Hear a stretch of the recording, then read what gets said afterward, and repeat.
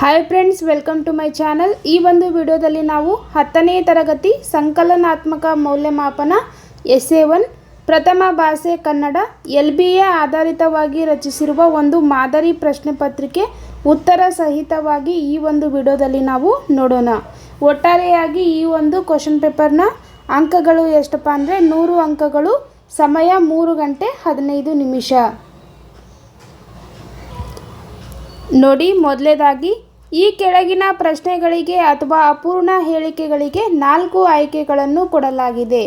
ಅವುಗಳಲ್ಲಿ ಹೆಚ್ಚು ಸೂಕ್ತವಾದ ಉತ್ತರವನ್ನು ಆರಿಸಿ ಕ್ರಮಾಕ್ಷರದೊಂದಿಗೆ ಬರೆಯಿರಿ. ನೋಡಿ, ಮೊದಲ ಪ್ರಶ್ನೆ, ಕನ್ನಡ ವರ್ಣಮಾಲೆಯ ಅವರ್ಗೀಯ ವ್ಯಂಜನಗಳ ಸಂಖ್ಯೆ. ಉತ್ತರ ಆಪ್ಷನ್ ಡಿ 9. ಇನ್ನು ಎರಡನೇ ಪ್ರಶ್ನೆ, ಮೂಗಾವುದ ಪದವು ಈ ಸಮಾಸಕ್ಕೆ ಉದಾಹರಣೆಯಾಗಿದೆ. ಸರಿಯಾದ ಉತ್ತರ ಆಪ್ಷನ್ ಸಿ ದ್ವಿಗು ಸಮಾಸ. ಮೂರನೇ ಪ್ರಶ್ನೆ, ತೃತೀಯ ವಿಭಕ್ತಿಯ ಕಾರಕಾರ್ಥ. ಉತ್ತರ ಆಪ್ಷನ್ ಬಿ ಕರಣಾರ್ಥ. ನೆಕ್ಸ್ಟ್ ನೋಡಿ, ನಾಲ್ಕನೇ ಪ್ರಶ್ನೆ, ಓದಲಿ ಪದವು ಈ ಕ್ರಿಯಾಪದ ರೂಪಕ್ಕೆ ಸೇರಿದೆ. ಉತ್ತರ ಆಪ್ಷನ್ ಎ ವಿದ್ಯಾರ್ಥಕ ಕ್ರಿಯಾರೂಪಕ್ಕೆ ಸೇರಿದೆ. ಇನ್ನು ಐದನೇ ಪ್ರಶ್ನೆ, ಬೇಗನೆ ಪದ ಈ ಅವ್ಯಯಕ್ಕೆ ಉದಾಹರಣೆಯಾಗಿದೆ. ಉತ್ತರ ಆಪ್ಷನ್ ಎ ಸಮಾನಾರ್ಥಕ ಅವ್ಯಯ. ಇನ್ನು ಆರನೇ ಪ್ರಶ್ನೆ, ಮಳೆಗಾಲದಲ್ಲಿ ಹೇಗಾದರೂ ಮಾಡಿ ರೋಗಗಳನ್ನು ನಿಯಂತ್ರಿಸಬೇಕೆಂದು ಸರ್ಕಾರ ತೀರ್ಮಾನಿಸಿದರೂ ಪ್ರಕೃತಿ ಅದಕ್ಕೆ ಸಹಕರಿಸಲಿಲ್ಲ. ಈ ವಾಕ್ಯವು. ಉತ್ತರ ಆಪ್ಷನ್ ಸಿ ಮಿಶ್ರ ವಾಕ್ಯವಾಗಿದೆ. ನೋಡಿ, ಬಹು ಆಯ್ಕೆಯ ಪ್ರಶ್ನೆಗಳು 6 ಪ್ರಶ್ನೆಗಳು. ಪ್ರತಿ ಪ್ರಶ್ನೆಗೂ ಒಂದು ಅಂಕ. ನೀವು 6 ಪ್ರಶ್ನೆಗಳಿಗೆ ಸರಿಯಾಗಿ ಉತ್ತರವನ್ನು ಬರೆದರೆ 6 ಅಂಕಗಳು ಸಿಗುತ್ತವೆ. ಇನ್ನು ನೆಕ್ಸ್ಟ್ ನೋಡಿ, ಕೆಳಗಿನ ಪ್ರಶ್ನೆಗಳಿಗೆ ಮೊದಲೆರಡು ಪದಗಳಿಗಿರುವ ಸಂಬಂಧದಂತೆ ಮೂರನೆಯ ಪದಕ್ಕೆ ಸರಿ ಹೊಂದುವ ಸಂಬಂಧಿ ಪದವನ್ನು ಬರೆಯಿರಿ. ನೋಡಿ, ಒಟ್ಟು 4 ಪ್ರಶ್ನೆಗಳು. ಪ್ರತಿ ಪ್ರಶ್ನೆಗೆ 1 ಅಂಕ. 4 ಪ್ರಶ್ನೆಗಳಿಗೆ ಸರಿಯಾಗಿ ಉತ್ತರವನ್ನು ಬರೆದರೆ 4 ಅಂಕಗಳು. ನೋಡಿ, ಹಾಗಾದರೆ ಮೊದಲನೇದಾಗಿ 7 ಪ್ರಶ್ನೆ, ತಿನ್ನುತ್ತೇನೆ ಉತ್ತಮ ಪುರುಷ, ತಿನ್ನುತ್ತಾನೆ ಪ್ರಥಮ ಪುರುಷ. ಮೊದಲನೇ ಪದಕ್ಕೆ ಸರಿ ಹೊಂದುವ ಸಂಬಂಧಿ ಪದವನ್ನು ಅವರು ಕೊಟ್ಟಿರ್ತಾರೆ. ಇನ್ನು ಮೂರನೇ ಪದಕ್ಕೆ ಸರಿ ಹೊಂದುವ ಸಂಬಂಧವನ್ನು ನೀವು ಬರಿಬೇಕು. ನೋಡಿ, 8ನೇ ಪ್ರಶ್ನೆ, ಮೃದು ಮಿದು ವ್ಯಾಘ್ರ. ಇದಕ್ಕೆ ಸಂಬಂಧಿತ ಸರಿ ಹೊಂದುವ ಪದ ಬಗ್ಗ. ನೆಕ್ಸ್ಟ್, ಯುಗ ಯುಗ ದ್ವಿರುಕ್ತಿಯಾದರೆ ಮಂಡಲ ಗಿಂಡಲ. ಇದು ಜೋಡಿ ಪದ. ಉತ್ತರ ಜೋಡಿ ಪದ. 10ನೇ ಪ್ರಶ್ನೆ, ಮನುಷ್ಯ ರೂಢನಾಮ, ವಿದ್ವಾಂಸ ಅನ್ವರ್ಥಕ ನಾಮ.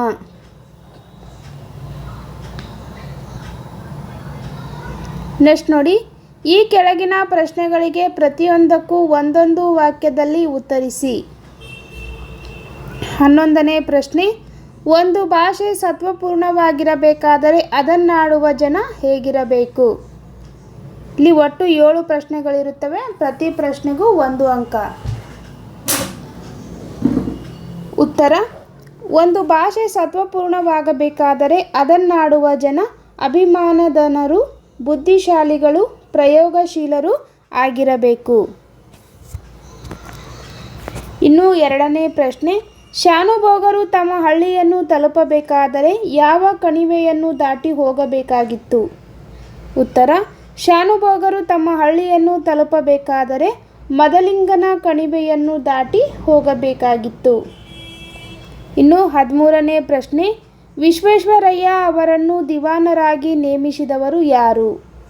ಉತ್ತರ, ಮೈಸೂರು ಸಂಸ್ಥಾನದ ಮಹಾರಾಜರಾಗಿದ್ದ ನಾಲ್ವಡಿ ಕೃಷ್ಣರಾಜ ಒಡೆಯರು ವಿಶ್ವೇಶ್ವರಯ್ಯ ಅವರನ್ನು ದಿವಾನರಾಗಿ ನೇಮಿಸಿದರು. ಇನ್ನು 14ನೇ ಪ್ರಶ್ನೆ, ದೇವನೂರರ ನನ್ನ ದೇವರು ಯಾರೆಂಬುದನ್ನು ಸೃಷ್ಟೀಕರಿಸಿ. ಉತ್ತರ, ಚಾವಣಿ ಇಲ್ಲದ ಗುಡಿಯಲ್ಲಿ ಕಾರುಣ್ಯ ಸಮತೆಯ ಬುದ್ಧನನ್ನು ಇಟ್ಟರೆ ಅದು ದೇವನೂರು ಮಹಾದೇವ ಅವರ ದೇವರು ಆಗುತ್ತದೆ. ನೆಕ್ಸ್ಟ್ ನೋಡಿ 15ನೇ ಪ್ರಶ್ನೆ. ಕವಿ ಶಿವರುದ್ರಪ್ಪನವರು ಯಾವ ಎಚ್ಚರದಲ್ಲಿ ಬದುಕಬೇಕೆಂದು ಹೇಳಿದ್ದಾರೆ? ಉತ್ತರ: ಕವಿ ಶಿವರುದ್ರಪ್ಪನವರು ಮತಗಳೆಲ್ಲವೂ ಪಥಗಳು ಎನ್ನುವ ಹೊಸ ಎಚ್ಚರದಲ್ಲಿ ಬದುಕಬೇಕಿದೆ ಎಂದು ಹೇಳಿದ್ದಾರೆ. ಇನ್ನು 16ನೇ ಪ್ರಶ್ನೆ.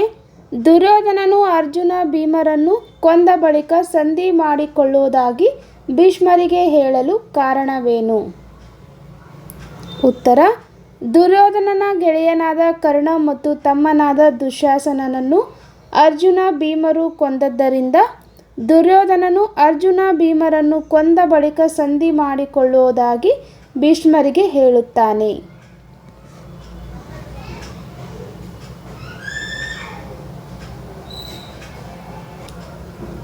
ನೆಕ್ಸ್ಟ್ ನೋಡಿ, ಕೆಳಗಿನ ಪ್ರಶ್ನೆಗಳಿಗೆ 3-4 ವಾಕ್ಯಗಳಲ್ಲಿ ಉತ್ತರ ಬರೆಯಿರಿ. 18ನೇ ಪ್ರಶ್ನೆ. ಹುಲಿ ನಿರಾಶೆಯಿಂದ ಕೋಪಗೊಂಡು ಗರ್ಜಿಸಿ ಏಕೆ ಪಲಾಯನ ಮಾಡಿತು? ನೋಡಿ, ಈ ಪ್ರಶ್ನೆ 2 ಅಂಕದ ಪ್ರಶ್ನೆಗಳಾಗಿರುತ್ತದೆ. ಉತ್ತರ: ಚಿಕ್ಕನಾಯಕನಹಳ್ಳಿಗೆ ತೆಂಗಿನಕಾಯಿ ತುಂಬಿಕೊಂಡು ಹೋಗಿದ ಕೆಲವು ರೈತರ ತಿಂಗಳ ಬೆಳಕಿನಲ್ಲಿ ಗಾಡಿ ಹೊಡೆದುಕೊಂಡು ತಮ್ಮ ಹಳ್ಳಿಗೆ ಹಿಂತಿರುಗುತ್ತಿದ್ದಾಗ ಎತ್ತುಗಳು ಏನು ಮಾಡಿದರೂ ಮುಂದೆ ಹೋಗದೆ ಕಣಿ ಹಾಕಿಕೊಂಡವು. ಅದೇ ವೇಳೆಗೆ ಎದೆ ನಡುಗುವಂತೆ ಹುಲಿಯ ಗರ್ಜನೆ ಕೇಳಿಸಿತು. ಎತ್ತುಗಳು ಗಂಟೆಯ ಶಬ್ದವನ್ನು ಕೇಳಿದ ಹುಲಿ ಕೆಲವು ನಿಮಿಷ ತಡೆದು ನೋಡಿತು. ಆದರೆ ರೈತರ ಮಾತು ಕೇಳಿ ಬಂದ ಮೇಲೆ ನಿರಾಶೆ ಹೊಂದಿ ಕೋಪದಿಂದ ಗರ್ಜಿಸಿ ಹುಲಿ ಪಲಾಯನ ಮಾಡಿತು. ಅನಂತರ ರೈತರು ತಮ್ಮಲ್ಲಿದ್ದ ಕೋವಿಯಿಂದ 1-2 ತೋಟ ಹಾರಿಸಿ ಕೈಲಾದಷ್ಟು ಗಲಭೆ ಮಾಡುತ್ತಾ ತೆಂಗಿನ ಗರಿಯ ಪಂಜು ಹೊತ್ತಿಸಿಕೊಂಡು ಜಾಗರೂಕತೆಯಿಂದ ಮುಂದೆ ಬಂದರು. ಮೂರ್ಛೆಯಲ್ಲಿ ಬಿದ್ದಿದ್ದ ಶಾನುಭೋಗರನ್ನು ಕಂಡು ಮೂರ್ಖರ ಮೇಲೆ ನೀರೆರಚಿ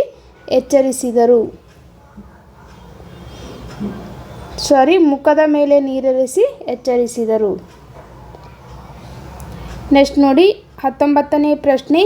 ನಾಲ್ವಡಿ ಕೃಷ್ಣರಾಜ ಒಡೆಯರ ಕಾಲದಲ್ಲಿ ಯಾವ ಕ್ಷೇತ್ರಗಳು ಸ್ವಯಂ ಆಡಳಿತ ಕ್ಷೇತ್ರಗಳಾದವು? ಉತ್ತರ: ಸ್ಥಳೀಯ ಸಂಸ್ಥೆಗಳನ್ನು ರಚಿಸಿ ಆಡಳಿತ ವಿಕೇಂದ್ರೀಕರಣಕ್ಕೆ ಅನುವು ಮಾಡಿಕೊಟ್ಟ ನಾಲ್ವಡಿ ಕೃಷ್ಣರಾಜ ಒಡೆಯರು 1. ಗ್ರಾಮ ನಿರ್ಮಲೀಕರಣ, 2. ವೈದ್ಯ ಸಹಾಯ, 3. ವಿದ್ಯಾ ಪ್ರಚಾರ, 4. ನೀರಿನ ಸೌಕರ್ಯ, 5. ಪ್ರಯಾಣ ಸೌಲಭ್ಯ ಮುಂತಾದ ಕ್ಷೇತ್ರಗಳನ್ನು ಸ್ವಯಂ ಆಡಳಿತ ಕ್ಷೇತ್ರಗಳನ್ನಾಗಿ ಮಾಡಿದರು. ಇನ್ನು 20ನೇ ಪ್ರಶ್ನೆ. ವಿಶ್ವೇಶ್ವರಯ್ಯ ಅವರು ಹಣಕಾಸು ನೀತಿಯಲ್ಲಿ ಮಾಡಿದ ಮಾರ್ಪಾಡುಗಳಾವವು? ಉತ್ತರ: ವಿಶ್ವೇಶ್ವರಯ್ಯ ಅವರು ಕ್ರಿಸ್ತಶಕ 1913ರಲ್ಲಿ ಮೈಸೂರು ಬ್ಯಾಂಕನ್ನು ಸ್ಥಾಪಿಸಿದರು. ಕೈಗಾರಿಕೆಗಳ ಅಭಿವೃದ್ಧಿಗೆ ಫೀಡರ್ ಬ್ಯಾಂಕ್ ಹಾಗೂ ಕೈಗಾರಿಕಾ ಹೂಡಿಕೆ ಮತ್ತು ಅಭಿವೃದ್ಧಿ ನಿಧಿಗಳು ರಚಿತಗೊಂಡವು. ಸಾರ್ವಜನಿಕ ಜೀವ ವಿಮಾ ಯೋಜನೆ ಜಾರಿಗೆ ತಂದರು. ರೈತರಿಗೆ ಹಾಗೂ ಕರಕುಶಲ ಕೆಲಸಗಾರರಿಗೆ ಸಾಲದ ಸೌಲಭ್ಯ ನೀಡಲು ಪ್ರಾಂತೀಯ ಸಹಕಾರಿ ಬ್ಯಾಂಕುಗಳನ್ನು ಸ್ಥಾಪಿಸಿದರು. ರಾಜ್ಯದ ಆಸ್ತಿಯಲ್ಲಿ ಹೆಚ್ಚಿಸಿ ಆದಾಯ ತರುವುದರ ಮೂಲಕ ಅಭಿವೃದ್ಧಿ ಕಾರ್ಯಗಳ ಪ್ರಭಾವವನ್ನು ಅಳೆಯಲು ಅನುಕೂಲವಾಗುವಂತೆ ಆಯವ್ಯಯದಲ್ಲಿ ಹೊಸ ದೃಷ್ಟಿಕೋನವನ್ನು ಕಂಡುಕೊಂಡರು.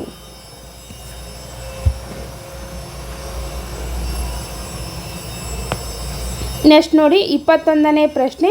ಅರಿವನ್ನು ಕುರಿತ ವಚನಕಾರರ ದೃಷ್ಟಿಯನ್ನು ವಿವರಿಸಿ. ಉತ್ತರ: ವಚನಕಾರರ ದೃಷ್ಟಿಯಲ್ಲಿ ಅರಿವು ಅಂದರೆ ತನ್ನಷ್ಟಕ್ಕೆ ತಾನು ಇರುವ ಕೇವಲ ತಿಳುವಳಿಕೆ, ಜ್ಞಾನ ಮಾತ್ರ ಅಲ್ಲ. ಅದು ಕ್ರಿಯೆಯ ಅನುಭವದಿಂದ ಒಡಮೂಡುವುದು. ಅದು ಕೇಳಿ ತಿಳಿದಿದ್ದಲ್ಲ. ಕ್ರಿಯೆಯಲ್ಲಿ ಮೂಡಿದ ತಿಳುವಳಿಕೆ ಅದು ತರ್ಕವಲ್ಲ. ನಡೆಯಿಂದ ನುಡಿ ಹುಟ್ಟಿದರೆ ಅದು ಅರಿವು. ಇನ್ನು 22ನೇ ಪ್ರಶ್ನೆ. ಮೇದಿನಿಪತಿ ನೀನು ಎಂದು ಕೃಷ್ಣನು ಕರ್ಣನ ಮನದಲ್ಲಿ ಹೇಗೆ ಭಯವನ್ನು ಬಿತ್ತಿದನು? ಉತ್ತರ: ಕರ್ಣ, ನಿಮಗೂ ಯಾದವ ಕೌರವರಿಗೂ ಅಂಶ ಗೌರವದಲ್ಲಿ ಭೇದವಿಲ್ಲ. ನಿನ್ನಾಣೆ, ನೀನು ನಿಜವಾಗಿ ಭೂಮಿಯ ಒಡೆಯ. ಆದರೆ ನಿನಗೆ ಮನದಲ್ಲಿ ಅದರ ಅರಿವಿಲ್ಲ ಎಂದು ಹೇಳುತ್ತಾ ಕೃಷ್ಣನು ಕರ್ಣನ ಕಿವಿಯಲ್ಲಿ ಉಭಯವನ್ನು ಅಂದರೆ ದ್ವಂದ್ವವನ್ನು ಬಿತ್ತಿದನು. ನೆಕ್ಸ್ಟ್ ನೋಡಿ 23ನೇ ಪ್ರಶ್ನೆ. ಕೃಷ್ಣನು ಆಮಿಷಗಳನ್ನು ಒಡ್ಡಿದಾಗ ಕರ್ಣನ ಮನದಲ್ಲಿ ಮೂಡಿದ ಭಾವನೆಗಳಾವವು? ಉತ್ತರ ಕೃಷ್ಣನು ಕರ್ಣನಿಗೆ ಆಮಿಷಗಳನ್ನು ಒಡ್ಡಿದಾಗ ಕೊರಳ ಸೆರೆ ಹಿಗ್ಗಿದವು. ಕಂಬನಿಯು ರಭಸದಿಂದ ಮುಂದೆ ಬಂದು ಅಧಿಕವಾಗಿ ಕರ್ಣನು ದುಃಖಗೊಂಡು ಮನದೊಳಗೆ ಅಯ್ಯೋ ದುರ್ಯೋಧನನಿಗೆ ಕೇಡಾದುದು ಎಂದನು. ಹರಿಯ ಹಗೆತನವು ಹೊಗೆ ತೋರದೆ ಸುಟ್ಟು ಹಾಕುವುದಲ್ಲದೆ ಸುಮ್ಮನೆ ಹೋಗುವುದೇ? ಕೃಷ್ಣನು ನನ್ನ ಅಂಶದ ರಹಸ್ಯವನ್ನು ತಿಳಿಸಿ ನನ್ನನ್ನು ಕೊಂದನು ಎಂದು ಮನದಲ್ಲಿ ನೊಂದುಕೊಂಡನು. 24ನೇ ಪ್ರಶ್ನೆ. ಕತ್ತಲೆ ಗವ್ವೆನ್ನುವ ಗುಡಿಸಲೊಳಗೆ ಬರಲು ವಸಂತನಿಗೂ ಹೆದರಿಕೆಯಾದದ್ದು ಏಕೆ? ಉತ್ತರ ಪುಟ್ಟ ಪೋರಿಯ ಅಮ್ಮ ಗುಡಿಸಲಲ್ಲಿ ಗೂರುತ್ತಾ ಕೆಮ್ಮುತ್ತಾ ಮಲಗಿದ್ದಾಳೆ. ಅಮ್ಮನ ತೂತು ಬಿದ್ದ ಸೀರೆಯಲ್ಲಿ ಬಾಲರವಿ ಸೊರಗಿದ್ದಾನೆ. ಸುಣ್ಣ ಕಾಣದ ಗೋಡೆಗಳು ಮುಖ ಮುಚ್ಚಿಕೊಂಡಿವೆ. ಕತ್ತಲೆ ಗವಿಯಂತಿರುವ ಗುಡಿಸಲೊಳಗೆ ಬರಲು ವಸಂತನಿಗೂ ಹೆದರಿಕೆ. ಈ ರೀತಿಯಾಗಿ ಪುಟ್ಟ ಪೋರಿಯ ಮನೆಯ ಪರಿಸ್ಥಿತಿ ಇದೆ. ನೋಡಿ, 1 ಅಂಕದ ಪ್ರಶ್ನೆಗಳಲ್ಲಿ ಪುಟ್ಟ ಪೋರಿಯ ಅಮ್ಮ ಎಲ್ಲಿ ಮಲಗಿದ್ದಾಳೆ ಅಂತ ಪ್ರಶ್ನೆಗೆ ಅಲ್ಲಿ ಉತ್ತರ ನಾನು ಕೊಟ್ಟಿದ್ದಿಲ್ಲ. ಇಲ್ಲಿ ನೋಡಿ, ಪುಟ್ಟ ಪೋರಿಯ ಅಮ್ಮ ಗುಡಿಸಲಲ್ಲಿ ಗೂರುತ್ತಾ ಮಲಗಿದ್ದಾಳೆ. ಇದು ಆ ಪ್ರಶ್ನೆಗೆ ಉತ್ತರವಾಗಿದೆ. ನೆಕ್ಸ್ಟ್ ನೋಡಿ, 25ನೇ ಪ್ರಶ್ನೆ. ಬಾಲಕ ಭಗತ್ ಸಿಂಗನ ತಾಯಿಯ ಕಣ್ಣುಗಳಿಂದ ಧಾರಾಕಾರವಾಗಿ ನೀರು ಹರಿಯಲು ಕಾರಣವೇನು? ಉತ್ತರ ಎಲ್ಲ ಮಕ್ಕಳು ಸಂಜೆ ಶಾಲೆಯಿಂದ ಮನೆಗೆ ಬಂದಿದ್ದರು. ಆದರೆ 12 ವರ್ಷದ ಬಾಲಕ ಭಗತ್ ಸಿಂಗ್ ಮಾತ್ರ ಮನೆಗೆ ಬಂದಿರಲಿಲ್ಲ. ಅವನ ತಂದೆ ತಾಯಿಯರಿಗೆ ಕುಟುಂಬದ ಇತರ ಸದಸ್ಯರಿಗೆ ಬಹಳ ಆತಂಕವಾಯಿತು. ಸಂಜೆ ತಡವಾಗಿ ಬಾಲಕ ಮನೆಯೊಳಗೆ ಕಾಲಿಟ್ಟ. ಅವನ ತಂಗಿ ಕೂಗಿಕೊಂಡಳು, ವಿರಾಜ ಬಂದ, ವಿರಾಜ ಬಂದ. ಅವನಮ್ಮ ಓಡಿ ಬಂದು ಬಾಲಕನನ್ನು ಬಿಗಿಯಾಗಿ ಅಪ್ಪಿದಳು. ಹೀಗೆ ಮಗನನ್ನು ನೋಡಿದ ತಾಯಿಯ ಕಣ್ಣುಗಳಿಂದ ನೀರು ಧಾರಾಕಾರವಾಗಿ ಹರಿಯತೊಡಗಿತ್ತು.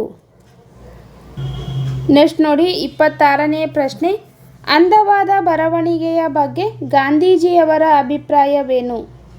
ಉತ್ತರ ಅಂದವಾದ ಅಕ್ಷರ, ಒಳ್ಳೆಯ ಬರವಣಿಗೆ ಶಿಕ್ಷಣದ ಅವಶ್ಯಕ ಅಂಶವಲ್ಲದೆ ಭಾವನೆ ಇಂಗ್ಲೆಂಡ್ಗೆ ಹೋಗುವವರೆಗೆ ನನ್ನಲ್ಲಿ ಇತ್ತು. ಅನಂತರ ದಕ್ಷಿಣ ಆಫ್ರಿಕಾಕ್ಕೆ ಹೋದ ಮೇಲೆ ಅಲ್ಲಿ ಸುಶಿಕ್ಷಿತ ಯುವಕರ ಮತ್ತು ವಕೀಲರ ಮುತ್ತು ಪೋಣಿಸಿದಂತಿದ್ದ ಸುಂದರ ಬರವಣಿಗೆ ನೋಡಿ ಅಂದವಾದ ಅಕ್ಷರ, ಒಳ್ಳೆಯ ಬರವಣಿಗೆ ಉತ್ತಮ ಶಿಕ್ಷಣದ ಅವಶ್ಯವಾದ ಅಂಶವೆಂಬುದನ್ನು ಪ್ರತಿಯೊಬ್ಬ ಯುವಕನೂ ಯುವತಿಯೂ ತಿಳಿದುಕೊಳ್ಳಲಿ ಎಂದು ಗಾಂಧೀಜಿಯವರು ಅಭಿಪ್ರಾಯಪಟ್ಟಿದ್ದಾರೆ. ಏಕೆಂದರೆ ಕೆಟ್ಟ ಅಕ್ಷರದ ಬರವಣಿಗೆ ಅಪಕ್ವ ಮತ್ತು ಅಪೂರ್ಣ ಶಿಕ್ಷಣದ ಚಿಹ್ನೆ ಎಂದು ಗಾಂಧೀಜಿಯವರು ಅರಿತಿದ್ದರು ಹಾಗೂ ಅವರು ತಮ್ಮ ಬರಹವನ್ನು ತಿದ್ದಿಕೊಳ್ಳಬೇಕೆಂದು ಪ್ರಯತ್ನಿಸಿದರು. ನೆಕ್ಸ್ಟ್ ನೋಡಿ, 27ನೇ ಪ್ರಶ್ನೆ. ವಿವೇಕಾನಂದರ ದೃಷ್ಟಿಯಲ್ಲಿ ದೇಶದ ಪ್ರಗತಿ ಸ್ಥಿರವಾಗುವುದು ಯಾವಾಗ? ಉತ್ತರ ವಿವೇಕಾನಂದರ ದೃಷ್ಟಿಯಲ್ಲಿ ದೇಶದ ಪ್ರಗತಿ ಸ್ಥಿರವಾಗಬೇಕಾದರೆ ದೇಶದ ಭಾಷೆಯಲ್ಲಿ ಜನರಿಗೆ ಭಾವನೆಗಳನ್ನು ನೀಡಿ ಅವರು ವಿಷಯ ಗ್ರಹಣ ಮಾಡಿಕೊಳ್ಳುವವರು. ಆದರೆ ಅವರಿಗೆ ಮತ್ತೊಂದು ಅವಶ್ಯಕತೆ ಇದೆ, ಅದು ಸಂಸ್ಕೃತಿ ಹಾಗೂ ಅವರಿಗೆ ಈ ಸಂಸ್ಕೃತಿಯನ್ನು ಕೊಡುವ ತನಕ ಅವರ ಪ್ರಗತಿ ಸ್ಥಿರವಾಗಲಾರದು. ಅಂದರೆ ಸಂಸ್ಕೃತಿ ಮಾತ್ರ ಆಘಾತವನ್ನು ಸಹಿಸಬಲ್ಲದು, ಕೇವಲ ಜ್ಞಾನರಾಶಿಗೆ ಅದನ್ನು ಎದುರಿಸುವ ಶಕ್ತಿ ಇಲ್ಲ. ಸಂಸ್ಕೃತಿಯು ರಕ್ತದಲ್ಲಿ ಹರಿಯಬೇಕು, ಆಗ ಮಾತ್ರ ದೇಶದ ಪ್ರಗತಿ ಸ್ಥಿರವಾಗುವುದು. ಇದು ವಿವೇಕಾನಂದರ ದೃಷ್ಟಿಯಾಗಿದೆ.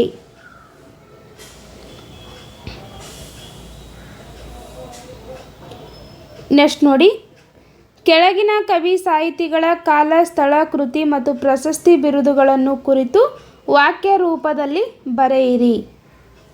ನೋಡಿ, ಒಬ್ಬ ಕವಿ ಪರಿಚಯವನ್ನು ಬರೆದರೆ ಪ್ರತಿಯೊಂದು ಕವಿ ಪರಿಚಯಕ್ಕೆ 3 ಅಂಕಗಳಿರುತ್ತವೆ. ಒಟ್ಟಾರೆಯಾಗಿ 2 ಕವಿ ಪರಿಚಯವನ್ನು ಕೊಟ್ಟಿರ್ತಾರೆ.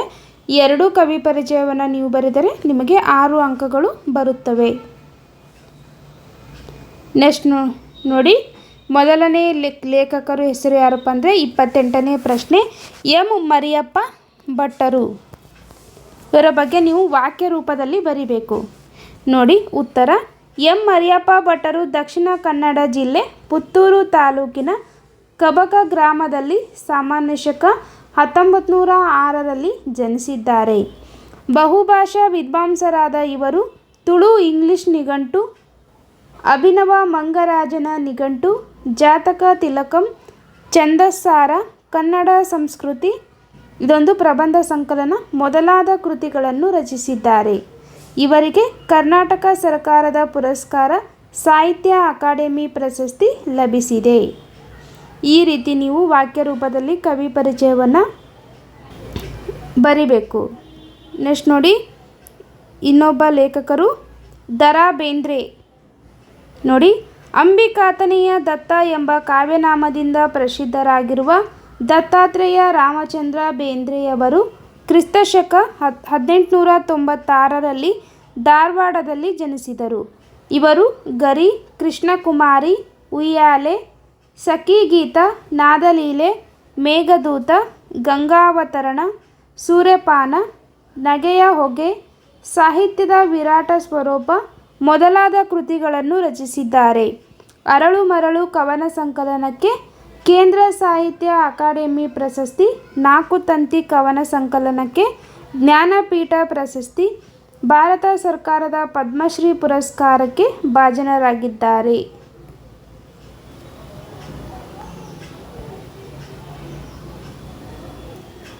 ನೆಕ್ಸ್ಟ್ ನೋಡಿ, ಕೆಳಗಿನ ಪದ್ಯಭಾಗಕ್ಕೆ ಪ್ರಾಸ್ತಾರ ಹಾಕಿ ಗಣ ವಿಭಾಗಿಸಿ ಛಂದಸ್ಸಿನ ಹೆಸರನ್ನು ಬರೆಯಿರಿ.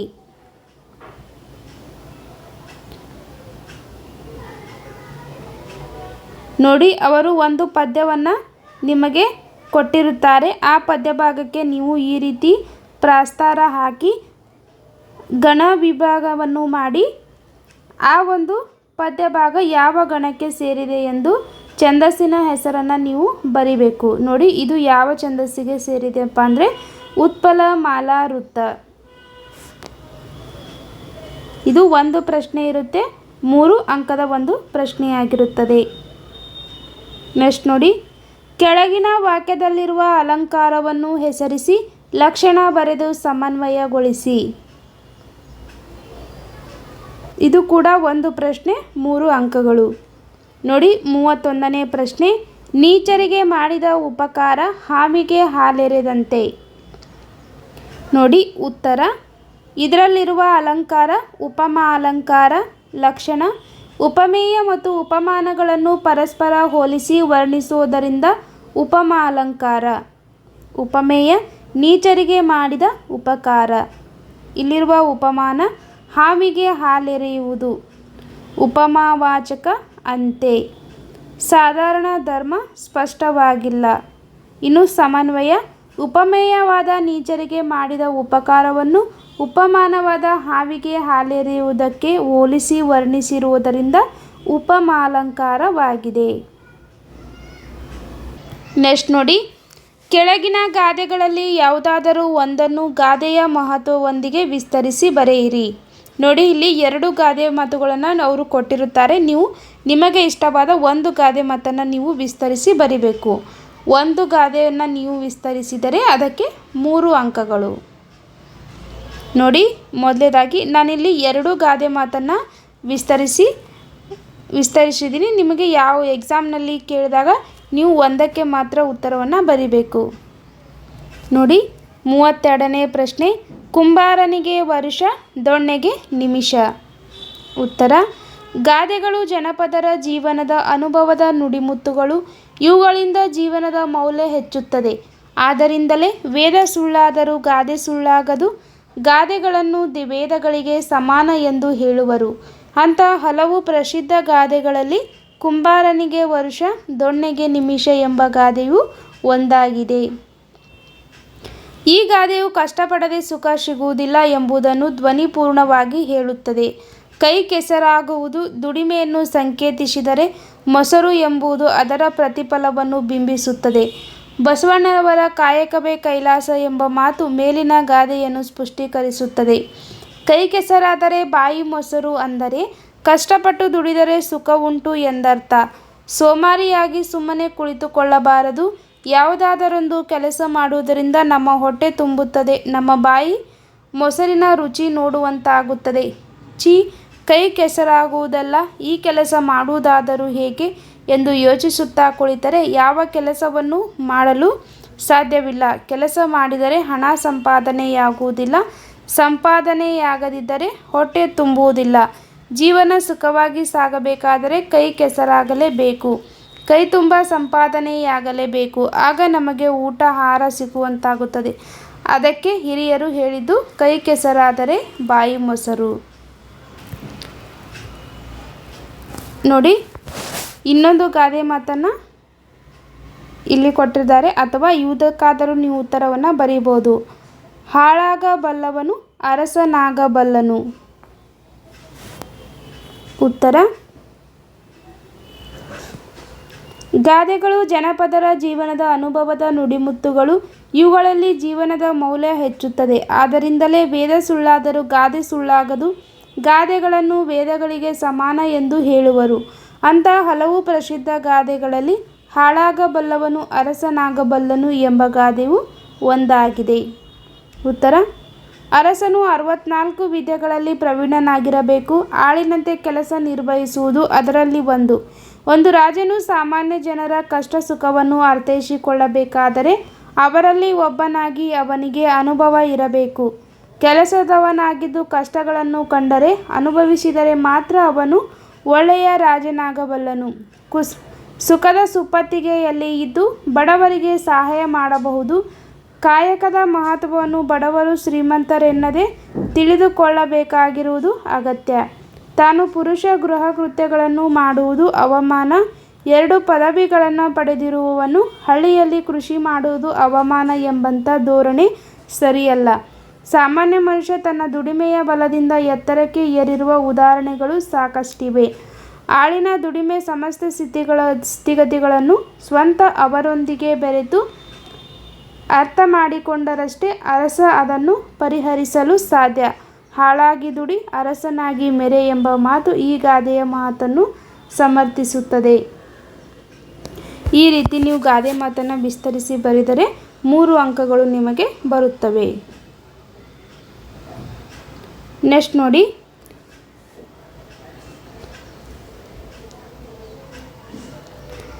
ಕೆಳಗಿನ ವಾಕ್ಯ ಅಥವಾ ಹೇಳಿಕೆಗಳಿಗೆ ಸಂದರ್ಭ ಮತ್ತು ಸ್ವಾರಸ್ಯಗಳನ್ನು ಬರೆಯಿರಿ. ನೋಡಿ, ಒಟ್ಟಾರೆಗೆ 6 ಪ್ರಶ್ನೆಗಳಿರುತ್ತವೆ. ಅದು ಪ್ರತಿಯೊಂದು ಪ್ರಶ್ನೆಗೂ 3 ಅಂಕಗಳು. 6 ಪ್ರಶ್ನೆಗಳಿಗೆ ನೀವು ಸರಿಯಾಗಿ ಉತ್ತರವನ್ನು ಬರೆದರೆ ಒಟ್ಟು 18 ಅಂಕದ ಪ್ರಶ್ನೆಗಳು ಇದಾಗಿರುತ್ತವೆ. ನೋಡಿ, ಪ್ರಶ್ನೆ 33. ದೇವರೇ, ಮರ ಹತ್ತುವಷ್ಟು ಅವಕಾಶ ಕರುಣಿಸು.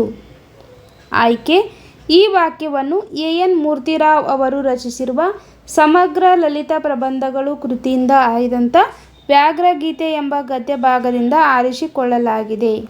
ಇನ್ನು ಸಂದರ್ಭ: ಮದಲಿಂಗನ ಕಣಿವೆಯ ದಾರಿಯಲ್ಲಿ ಹುಲಿಯ ಆಕ್ರಮಣದಿಂದ ತಪ್ಪಿಸಿಕೊಳ್ಳುವಾಗ ಒಂದು ಕ್ಷಣವಾದರೂ ಹುಲಿಗೆ ಅವರ ಮುಖ ದರ್ಶನವಾಗಲಿಲ್ಲ. ಆದರೆ ಈ ದೊಂಬರಾಟವನ್ನು ಎಷ್ಟು ಕಾಲ ನಡೆಸಲು ಸಾಧ್ಯ? ಶಾನುಭೋಗರ ತಲೆ ಸುತ್ತಲಾರಂಭಿಸಿತು. ಆಗ ಶಾನುಭೋಗರಿಗೆ ನೆನಪಾಗಿದ್ದು ಕೀರ್ತಿ ಪುಸ್ತಕ. ಆಗ ಶಾನುಭೋಗರು ಕೀರ್ತಿ ಪುಸ್ತಕವನ್ನು ಹುಲಿಯ ಮುಖದ ಮೇಲೆ ಎಸೆದು ಮರದ ಕಡೆಗೆ ಓಡಿದ ಸಂದರ್ಭದಲ್ಲಿ ಈ ಮಾತನ್ನು ಹೇಳುತ್ತಾರೆ. ಸ್ವಾರಸ್ಯ: ಸಂಕಟ ಬಂದಾಗ ವೆಂಕಟರಮಣ ಎಂಬಂತೆ ಶಾನುಭೋಗರು ಹುಲಿಯಿಂದ ತಪ್ಪಿಸಿಕೊಳ್ಳಲು ಅವಕಾಶ ಮಾಡಿಕೊಡು ಎಂದು ದೇವರನ್ನು ಪ್ರಾರ್ಥಿಸುವುದು ಬಹಳ ಸ್ವಾರಸ್ಯಪೂರ್ಣವಾಗಿದೆ.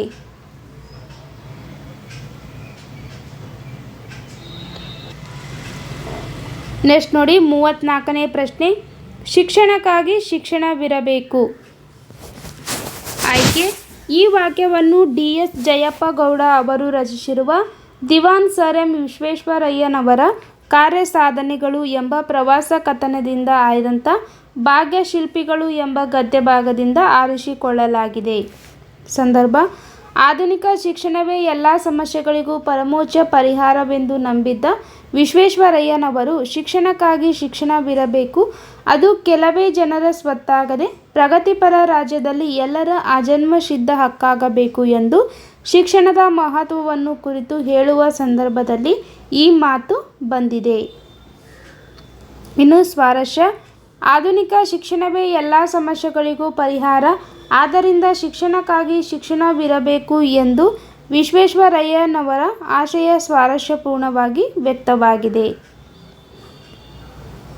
ನೆಕ್ಸ್ಟ್ ನೋಡಿ 35ನೇ ಪ್ರಶ್ನೆ. ಓ ನನಗೆ ಗುಡಿಮನೆ ಕಟ್ತಾ ಇದ್ದೀರಾ? ಆಯ್ಕೆ. ಪ್ರಸ್ತುತ ವಾಕ್ಯವನ್ನು ದೇವನೂರು ಮಹಾದೇವ ಅವರು ರಚಿಸಿರುವ ಎದೆಗೆ ಬಿದ್ದ ಅಕ್ಷರ ಕೃತಿಯಿಂದ ಆಯ್ದಂಥ ಎದೆಗೆ ಬಿದ್ದ ಅಕ್ಷರ ಗದ್ಯಪಾಠದಿಂದ ಆರಿಸಲಾಗಿದೆ. ಸಂದರ್ಭ: ಒಂದ್ಸಲ ಒಂದು ಗ್ರಾಮದ ಜನರೆಲ್ಲ ಸೇರಿ ತಮ್ಮ ದೇವತೆಗೆ ಗುಡಿ ಕಟ್ಟಲು ಆರಂಭಿಸುತ್ತಾರೆ. ಹೀಗೆ ಕಟ್ತಾ ಚಾವಣಿ ಮಟ್ಟಕ್ಕೆ ಆ ಗುಡಿ ಬಂದಾಗ ಒಬ್ಬನ ಮೈಮೇಲೆ ಆ ದೇವತೆ ಮಂಚಮ್ಮ ಆವಾಹಿಸಿಕೊಂಡು ನಿಲ್ಲಿಸಿ ನನ್ನ ಮಕ್ಕಳ ಎಂದು ಅಬ್ಬರ ಮಾಡುತ್ತಾಳೆ. ಆ ಅಬ್ಬರಕ್ಕೆ ಜನ ತಮ್ಮ ಕೆಲಸ ನಿಲ್ಲಿಸಿ ಕಕ್ಕಾಬಿಕ್ಕಿಯಾಗಿ ನೋಡುತ್ತಿರಲು ಆ ದೇವತೆ ಹಾಗೂ ಆ ಜನರ ನಡುವೆ ಮಾತುಕತೆ ನಡೆಯುತ್ತವೆ. ಏನ್ರಯ್ಯ, ಏನು ಮಾಡ್ತಾ ಇದ್ದೀರಿ? ನಿನಗೊಂದು ಗುಡಿಮನೆ ಕಟ್ತಾ ಇದ್ದೀವಿ ತಾಯಿ ಎಂದು ಅಲ್ಲೊಬ್ಬ ಹೇಳಿದ ಸಂದರ್ಭದಲ್ಲಿ ಈ ಮಾತು ಮೂಡಿ ಬಂದಿದೆ. ಇನ್ನು ಸ್ವಾರಸ್ಯ: ಸಮಷ್ಟಿ ಮನಸ್ಸಿನಲ್ಲಿ ಎಲ್ಲರೂ ಇರುವುದರಿಂದ ಕಾರುಣ್ಯ ಹಾಗೂ ಸರ್ವ ಸಮಾನತೆ ಮನೋಭಾವ ಮೂಡಿಸಿಕೊಂಡು ಬದುಕಬೇಕು ಎಂಬುದು ಈ ಮಾತಿನಲ್ಲಿ ಸ್ವಾರಸ್ಯಪೂರ್ಣವಾಗಿ ಅಭಿವ್ಯಕ್ತಗೊಂಡಿದೆ. ಇನ್ನು 36ನೇ ಪ್ರಶ್ನೆ. ಪ್ರೀತಿಯ ಹಣತೆಯ ಹಚ್ಚೋಣ. ಆಯ್ಕೆ. ಈ ವಾಕ್ಯವನ್ನು ಕವಿ ಜಿ.ಎಸ್. ಶಿವರುದ್ರಪ್ಪ ಅವರು ರಚಿಸಿರುವ ಎದೆ ತುಂಬಿ ಹಾಡಿದೆನು ಕವನ ಸಂಕಲನದಿಂದ ಆಯ್ದ ಸಂಕಲ್ಪ ಗೀತೆ ಎಂಬ ಕವಿತೆಯಿಂದ ಆರಿಸಲಾಗಿದೆ. ಸಂದರ್ಭ: ಜಾತೀಯತೆ, ಮತ, ಭಾಷೆ, ಬಣ್ಣ, ಅಜ್ಞಾನ, ಮೂಢನಂಬಿಕೆಗಳೆಂಬ ಕತ್ತಲೆಯು ನಮ್ಮ ಸುತ್ತಲೂ ಕವಿದಿರುತ್ತದೆ. ಆದುದರಿಂದ ಆ ಕತ್ತಲೆಯನ್ನು ಓಡಿಸಲು ಬೆಳಕಿನ ಅವಶ್ಯಕತೆ ಇದೆ. ಬೆಳಕನ್ನು ಬೀರಲು ಪ್ರೀತಿಯಿಂದ ಹಣತೆಯನ್ನು ಹಚ್ಚಬೇಕಾಗಿದೆ. ಅದಕ್ಕಾಗಿ ಜೀವನದಲ್ಲಿ ಧನಾತ್ಮಕ ಮನೋಭಾವನೆಯ ದೃಢ ಸಂಕಲ್ಪವನ್ನು ಹೊಂದಿರಬೇಕು ಎಂದು ಹೇಳುವ ಸಂದರ್ಭದಲ್ಲಿ ಈ ಮಾತನ್ನು ಹೇಳುತ್ತಾರೆ. ಇನ್ನು ಸ್ವಾರಸ್ಯ: ನಾವು ಜೀವನದಲ್ಲಿ ಪ್ರೀತಿಯ ದೀಪವನ್ನು ಹಚ್ಚುವ ಸಂಕಲ್ಪ ಕೈಗೊಳ್ಳುವುದರಿಂದ ದ್ವೇಷರಹಿತ ಸಮಾಜ ನಿರ್ಮಾಣ ಮಾಡಬಹುದು ಎಂದು ಕವಿಗಳು ಸ್ವಾರಸ್ಯಪೂರ್ಣವಾಗಿ ತಮ್ಮ ಭಾವನೆಯನ್ನು ಅಭಿವ್ಯಕ್ತಪಡಿಸುತ್ತಾರೆ. ನೆಕ್ಸ್ಟ್ ನೋಡಿ 37ನೇ ಪ್ರಶ್ನೆ. ಮಾದ್ರಿಯಲ್ಲೊಂದು ಮಂತ್ರದೊಳಿಬ್ಬರಿಸಿದರು. ಆಯ್ಕೆ. ಈ ವಾಕ್ಯವನ್ನು ಕುಮಾರವ್ಯಾಸನು ರಚಿಸಿರುವ ಕರ್ನಾಟ ಭಾರತ ಕಥಾಮಂಜರಿ ಎಂಬ ಮಹಾಕಾವ್ಯದಿಂದ ಆಯ್ದ ಕೌರವೇಂದ್ರನ ಕೊಂದೆ ನೀನು ಎಂಬ ಪದ್ಯಭಾಗದಿಂದ ಆರಿಸಲಾಗಿದೆ.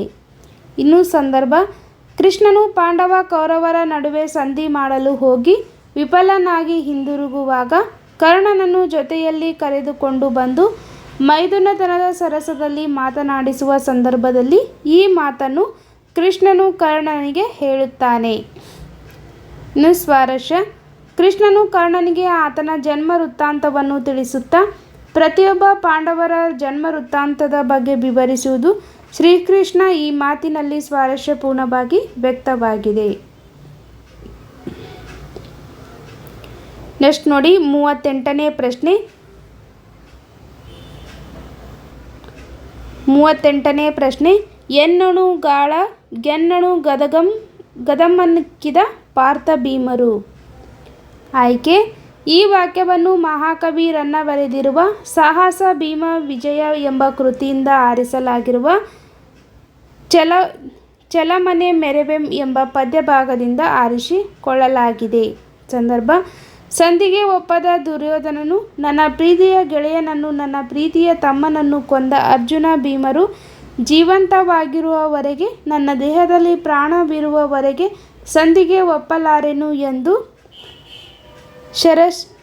ಶರಶಯ್ಯಲ್ಲಿ ಮಲಗಿದ್ದ ಭೀಷ್ಮಾಚಾರ್ಯರಿಗೆ ಹೇಳುವ ಸಂದರ್ಭದಲ್ಲಿ ಈ ಮಾತನ್ನು ಹೇಳುತ್ತಾನೆ. ಸ್ವಾರಸ್ಯ: ತನ್ನ ಕೊನೆ ಉಸಿರು ಇರುವವರೆಗೂ ಪಾಂಡವರ ವಿರುದ್ಧ ಹೋರಾಡುತ್ತೇನೆಂಬ ದುರ್ಯೋಧನನ ದಿಟ್ಟ ನಿರ್ಧಾರ, ಪಾಂಡವರ ಮೇಲಿನ ಕೋಪದ ತೀವ್ರತೆ ಈ ಸಂದರ್ಭದಲ್ಲಿ ಸ್ವಾರಸ್ಯಪೂರ್ಣವಾಗಿ ವ್ಯಕ್ತವಾಗಿದೆ. ನೆಕ್ಸ್ಟ್ ನೋಡಿ, ಇಲ್ಲಿಗೆ ಸಂದರ್ಭಾನುಸಾರ ಮುಗಿತು. ಇನ್ನು ನೆಕ್ಸ್ಟ್ ಈ ಕೆಳಗಿನ ಪದ್ಯಭಾಗವನ್ನು ಪೂರ್ಣಗೊಳಿಸಿ. ಇಲ್ಲಿ ನೋಡಿ, ಒಂದು ಪದ್ಯಭಾಗ ಅವರು 2 ಪದ್ಯಭಾಗವನ್ನು ಕೊಟ್ಟಿರುತ್ತಾರೆ ಪೂರ್ಣಗೊಳಿಸಿ ಅಂತ. ಅದರಲ್ಲಿ ಯಾವುದಾದ್ರೂ ಒಂದು ಪದ್ಯಭಾಗವನ್ನು ನೀವು ಪೂರ್ಣಗೊಳಿಸಬೇಕು.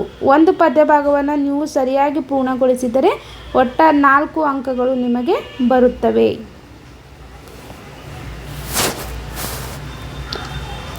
ನೋಡಿ ಈ ರೀತಿ 2 ಪದ್ಯ ಭಾಗಗಳನ್ನು ಅವರು ಕೊಟ್ಟಿರ್ತಾರೆ. ಎರಡರಲ್ಲಿ ನೀವು ಯಾವುದಾದ್ರೂ ಒಂದು ಪದ್ಯ ಭಾಗವನ್ನು ಬರಿಬೇಕು. ನೆಕ್ಸ್ಟ್ ನೋಡಿ, ಈ ಕೆಳಗಿನ ಪದ್ಯ ಭಾಗವನ್ನು ಓದಿ ಅರ್ಥ ಮಾಡಿಕೊಂಡು ಅಡಕವಾಗಿರುವ ಮೌಲ್ಯವನ್ನಾಧರಿಸಿ ಸಾರಾಂಶವನ್ನು ಬರೆಯಿರಿ. ನೋಡಿ, ಒಂದು ಪದ್ಯವನ್ನು ಕೊಟ್ಟಿರುತ್ತಾರೆ, ಅದಕ್ಕೆ ಸರಿಯಾಗಿ ಅದರ ಸಾರಾಂಶವನ್ನು ಬರೆದರೆ 4 ಅಂಕಗಳು ಬರುತ್ತವೆ. ಪದ್ಯ ನೋಡಿ, ಬಿದ್ದದ್ದನ್ನು ಮೇಲೆಬ್ಬಿಸಿ ನಿಲ್ಲಿಸಿ ಹೊಸ ಭರವಸೆಗಳ ಕಟ್ಟೋಣ, ಮನುಜರ ನಡುವಿನ ಅಡ್ಡಗೋಡೆಗಳ ಕೆಡವುತ್ತಾ ಸೇತುವೆಯಾಗೋಣ. ಉತ್ತರ: ಪ್ರಸ್ತುತ ಪದ್ಯಭಾಗವನ್ನು ಜಿ.ಎಸ್. ಶಿವರುದ್ರಪ್ಪ ವಿರಚಿತ ಎದೆ ತುಂಬಿ ಹಾಡುವೆನು ಕವನ ಸಂಕಲನದಿಂದ ಆಯ್ದ ಸಂಕಲ್ಪ ಗೀತೆ ಎಂಬ ಪದ್ಯಭಾಗದಿಂದ ಆಯ್ದುಕೊಳ್ಳಲಾಗಿದೆ. ಜೀವನದಲ್ಲಿ ಧನಾತ್ಮಕ ಭಾವನೆಯನ್ನು ದೃಢ ಸಂಕಲ್ಪ ಹೊಂದಿರಬೇಕು. ಯಾವುದೇ ರೀತಿಯ ಸವಾಲುಗಳು ಎದುರಾಗಲು ಆತ್ಮವಿಶ್ವಾಸದ ಸಂಕಲ್ಪ ನಿಷ್ಠೆಯಿಂದ ಕ್ರಿಯಾಶೀಲರಾದಾಗ ಯಶಸ್ಸು ಲಭಿಸುತ್ತದೆ ಎಂಬ ಆಶಯವನ್ನು ಪ್ರಸ್ತುತ ಪದ್ಯಭಾಗ ಒಳಗೊಂಡಿದೆ. ಬಡತನ, ಅಜ್ಞಾನ, ಮೂಢನಂಬಿಕೆ, ಧರ್ಮ, ಭಾಷೆ, ಜಾತಿಗಳಿಂದ ಶೋಷಣೆಗೊಳಗಾದ ಜನರನ್ನು ಎಲ್ಲರಂತೆ ಸಮಾನವಾಗಿ ಬದುಕಲು ಆಸರೆ ನೀಡಿ ಮೇಲೆ ತರಬೇಕು. ಅವರ ಮನಸ್ಸಿನಲ್ಲಿ ಬದುಕುವ ಹೊಸ ಭರವಸೆಗಳನ್ನು ಕೊಡಬೇಕು. ಹಾಗೆಯೇ ಮನುಷ್ಯರ ನಡುವೆ ಜಾತಿ, ಧರ್ಮ, ಭಾಷೆ, ವರ್ಣಗಳಿಂದ ಆವೃತವಾದ ಅಡ್ಡಗೋಡೆಗಳನ್ನು ಕೆಡವಬೇಕು. ನೋಡಿ, ಇಲ್ಲಿರುವ ಮೌಲ್ಯ: ವಿಶ್ವದ ಜನರೆಲ್ಲರನ್ನು ಒಂದಾಗಿಸುವ ಪ್ರೀತಿ ಸ್ನೇಹವೆಂಬ ಮಾನವೀಯತೆಯ ಸೇತುವೆಯನ್ನು ನಿರ್ಮಿಸೋಣವೆಂದು ಕವಿ ಜಿ.ಎಸ್. ಶಿವರುದ್ರಪ್ಪನವರು ಸಮಾನತೆಯ ಮೌಲ್ಯವನ್ನು ಹೇಳಿದ್ದಾರೆ. ಈ ರೀತಿ ನೀವು ಪದ್ಯಭಾಗವನ್ನು ಅದರ ಸಾರಾಂಶವನ್ನು ಬರಿಬೇಕು. ಇನ್ನು ನೆಕ್ಸ್ಟ್ ನೋಡಿ, ಕೆಳಗಿನ ಪ್ರಶ್ನೆಗಳಿಗೆ 8 ಅಥವಾ 10 ವಾಕ್ಯಗಳಲ್ಲಿ ಉತ್ತರ ಬರೆಯಿರಿ.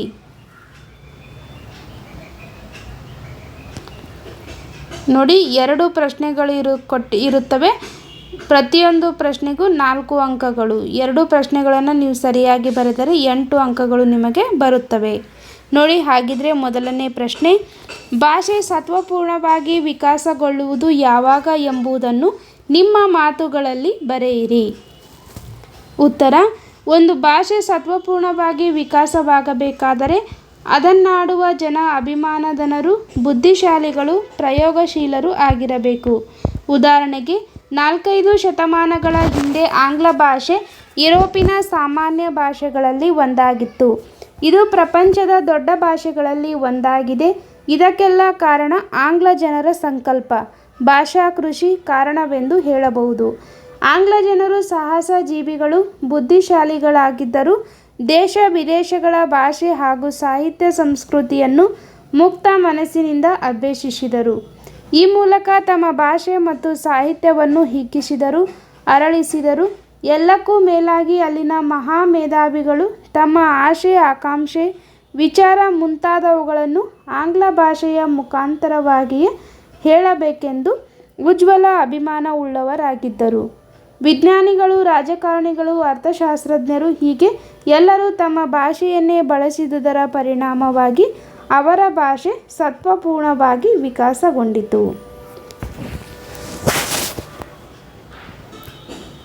ಹಾಗೆಯೇ ನೆರೆಹೊರೆಯ ಭಾಷೆಗಳನ್ನು ದ್ವೇಷಿಸದೆ ನಮ್ಮ ಭಾಷೆಗಳನ್ನು ಗೌರವಿಸಿ ಪ್ರೀತಿಸಿ ಅಭಿವೃದ್ಧಿಗೊಳಿಸಬೇಕು. ನೆರೆಹೊರೆಯ ಭಾಷೆಗಳಲ್ಲಿ ಕೊಡುವಿಕೆಯ ವ್ಯವಹಾರ ನಡೆಯಲೇಬೇಕು. ಅದು ಸಜೀವ ಭಾಷೆಯ ಲಕ್ಷಣ. ಆದರೆ ಸ್ವೀಕರಿಸುವಾಗ ತನ್ನತನವನ್ನು ಕಳೆದುಕೊಳ್ಳದಂತೆ ಕಾಪಾಡಿಕೊಳ್ಳಬೇಕು. ಸ್ವಾಭಾವಿಕವಾಗಿ ಗಡಿ ಜನರ ವ್ಯವಹಾರ ಸಂಪರ್ಕಗಳಿಂದ ನೆರ ಮಾತುಗಳಲ್ಲಿ ಕೊಡುವಿಕೆ ನಡೆಯುತ್ತಲೇ ಇದೆ. ಅದರ ನೆರೆನುಡಿಗಳು ಪರಸ್ಪರ ಎರವುಗಳಿಂದ ಅಭಿವೃದ್ಧಿ ಹೊಂದಿ ಭಾಷೆ ಸತ್ವಪೂರ್ಣವಾಗಿ ವಿಕಾಸವಾಗಲು ಸಾಧ್ಯವಾಗುತ್ತದೆ. ನೋಡಿ, ನೀವು ಈ ಮೊದಲನೇ ಪ್ರಶ್ನೆಗಾದರೂ ನೀವು ಉತ್ತರವನ್ನು ಬರೀಬೇಕು. ಅವರು 2 ಪ್ರಶ್ನೆಗಳನ್ನು ಕೊಟ್ಟಿರ್ತಾರೆ. ನೀವು ಎರಡರಲ್ಲಿ ಯಾವುದಾದ್ರೂ ಒಂದು ಪ್ರಶ್ನೆಗೆ ನೀವು ಉತ್ತರವನ್ನು ಬರೀಬೇಕು. ನೋಡಿ, ಮೇಲಿನ ಪ್ರಶ್ನೆಗಾದರೂ ಬರೀಬೇಕು. ಹಾಗೆ ಇಲ್ಲಿ ಕೊಟ್ಟಿರ್ತಾರಲ್ಲ ಈ ಪ್ರಶ್ನೆ ನೋಡಿ: ಅಥವಾ ಕನ್ನಡ ಭಾಷೆ ಸಮೃದ್ಧವಾಗಿ ರೂಪುಗೊಂಡ ಬಗೆ ಹೇಗೆ ವಿವರಿಸಿ.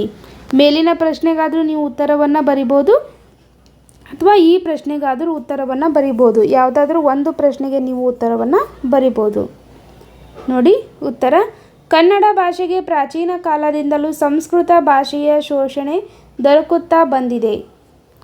ಕನ್ನಡದ ಪಂಡಿತರು ವೈದಿಕ ಹಾಗೂ ಧಾರ್ಮಿಕ ತತ್ವಗಳನ್ನು ಕನ್ನಡದಲ್ಲಿ ವಿವರಿಸಲು ಅಭಿಲಾಷೆಯಿಂದ ಕಾವ್ಯಗಳನ್ನು ರಚಿಸಿದರು.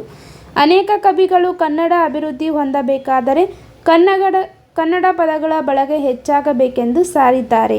ಅಂಥವರ ವಾಣಿಯಿಂದ ಕನ್ನಡದ ವೀಣೆ ಮೃದು ಮಧುರವಾಗಿ ಮಿಡಿಯಿತು. ಬಸವೇಶ್ವರ, ಅಲ್ಲಮಪ್ರಭುಗಳಂತಹ ಶರಣವೈನ್ಯರು, ಚಾಮರಸ ಕುಮಾರವ್ಯಾಸರಂತಹ ಕವಿ ಪುಂಗವರು, ಪುರಂದರದಾಸ, ಕನಕದಾಸರಂತಹ ದಾಸಶ್ರೇಷ್ಠರು ಸುಲಭ ಮಾರ್ಗವನ್ನೇ ತುಳಿದರು. ತಮ್ಮ ತಮ್ಮ ಅನುಭವ ಸಾರವನ್ನು ಸುಲಭವೂ ಸುಂದರವೂ ಸಹಜವೂ ಆದ ಮಾತುಗಳಿಂದ ಹೃದಯ ಮುಟ್ಟುವಂತೆ ಅಭಿವ್ಯಕ್ತಪಡಿಸಿದರು. ಹೀಗೆ ಕನ್ನಡ ಭಾಷೆ ಹದಗೊಂಡುದರಿಂದ ಅದು ಸುಲಿದ ಬಾಳೆಯ ಹಣ್ಣಿನಂತೆ, ಸಿಗುರು ತೆಗೆದ ಕಬ್ಬಿನಂತೆ, ಉಷ್ಣ ಅಳಿದ ಹಾಲಿನಂತೆ ಸುಲಭವೂ ರುಚಿಯುಳ್ಳದ್ದು ಆಯಿತು. ಸಂಸ್ಕೃತ ಪ್ರಾಕೃತ ಭಾಷೆಗಳಿಂದ ಅನೇಕ ಶಬ್ದಗಳನ್ನು ಕನ್ನಡ ತನ್ನಲ್ಲಿ ಅಳವಡಿಸಿಕೊಂಡಿದೆ. ಮಹಮ್ಮದೀಯರ ಆಳ್ವಿಕೆಯ ಅವಧಿಯಲ್ಲಿ ಪರ್ಷಿಯನ್ ಭಾಷೆಯಿಂದ ಅನೇಕ ಶಬ್ದಗಳು ಕನ್ನಡಕ್ಕೆ ಬಂದಿವೆ. ಅಸಂಖ್ಯಾತ ಇಂಗ್ಲಿಷ್ ಶಬ್ದಗಳು ಕನ್ನಡದ ಉಡುಪನ್ನು ಧರಿಸಿ ಒಳಗೆ ಬಂದು ಬಿಟ್ಟಿವೆ. ಸ್ವಾಭಾವಿಕವಾಗಿ ಗಡಿ ಜನರ ವ್ಯವಹಾರ ಸಂಪರ್ಕಗಳಿಂದ ನೆರೆಮಾತುಗಳಲ್ಲಿ ಕೊಡುವಿಕೆ ನಡೆಯುತ್ತಲೇ ಇದೆ. ಇದರಿಂದ ಕನ್ನಡವು ಅದರ ನೆರೆ ನುಡಿಗಳು ಪರಸ್ಪರ ಎರವುಗಳಿಂದ ಅಭಿವೃದ್ಧಿ ಹೊಂದುತ್ತಲಿವೆ.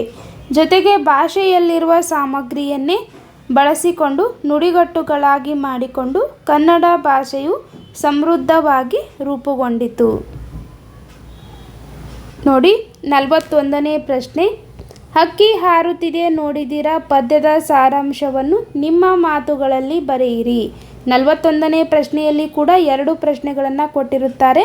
ನಿಮಗೆ ಇಷ್ಟವಾದ ಒಂದು ಪ್ರಶ್ನೆಗೆ ನೀವು ಉತ್ತರವನ್ನು ಬರೀಬೇಕು. ನಾನಿಲ್ಲಿ 2 ಪ್ರಶ್ನೆಗಳಿಗೆ ಉತ್ತರವನ್ನು ಕೊಟ್ಟಿದ್ದೀನಿ.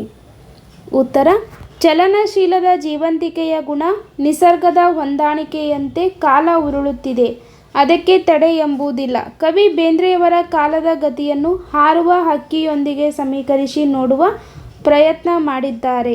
ಜಗತ್ತಿನಲ್ಲಿ ಹಗಲು ಇರುಳು ಒಂದರ ಹಿಂದೆ ಬಂದು ಬರುತ್ತದೆ. ಇದನ್ನು ಕವಿ ಹಕ್ಕಿಯು ರೆಕ್ಕೆಗಳನ್ನು ಬಡಿಯುವುದಕ್ಕೆ ಹೋಲಿಸಿ, ರೆಕ್ಕೆ ಒಮ್ಮೆ ಕೆಳಗೆ ಒಮ್ಮೆ ಮೇಲೆ ಬಡಿದು ಮುಂದೆ ಸಾಗುತ್ತದೆ. ಹಾಗೆಯೇ ಹಗಲು ರಾತ್ರಿಗಳು ನಡೆಯುತ್ತಾ ಕಾಲವು ಮುಂದೆ ಸಾಗುತ್ತಿದೆ ಎಂದಿದ್ದಾರೆ.